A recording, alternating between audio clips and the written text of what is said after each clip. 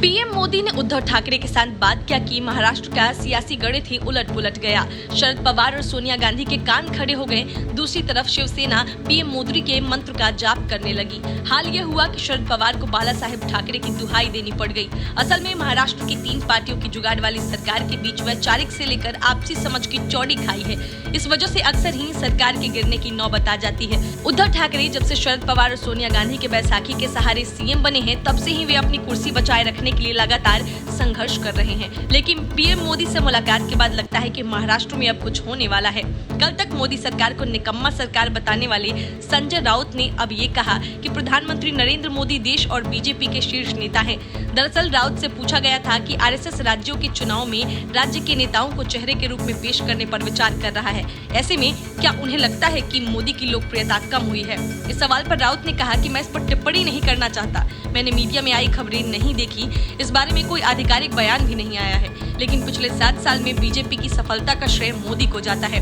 वो अभी देश और अपनी पार्टी के शीर्ष नेता हैं। शिवसेना के राज्यसभा सदस्य राउत फिलहाल उत्तर महाराष्ट्र के दौरे पर हैं। जलगांव में उन्होंने कहा कि शिवसेना का हमेशा से मानना रहा है कि प्रधानमंत्री पूरे देश का होता है, किसी एक पार्टी का नहीं।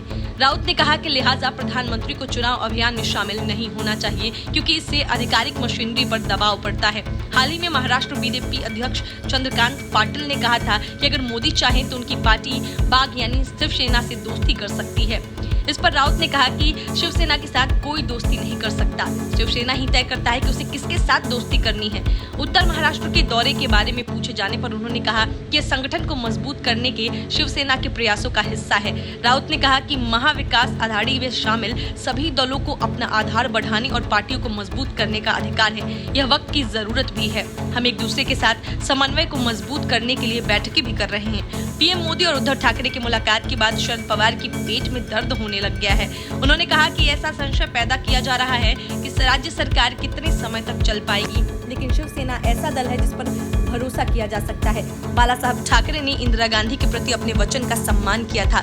सरकार अपना कार्यकाल पूरा करेगी और अगले लोकसभा और विधानसभा चुनाव में भी अच्छा प्रदर्शन करेगी। शिवसेना के साथ अपने संबंधों पर पवार ने कहा कि हमने अलग अलग विचारधाराओं वाले दलों की सरकार बनाई। हमने कभी नहीं सोचा था कि एक दिन शिवसेना के साथ सरकार बनाएंगे, क्योंकि हमने कभी मिलकर काम नहीं किया था। लेकिन अनुभव अच्छा है और तीनों दल कोविड-19 महामारी के दौरान मिलकर बेहतर काम कर रहे हैं। Bureau report, news of India.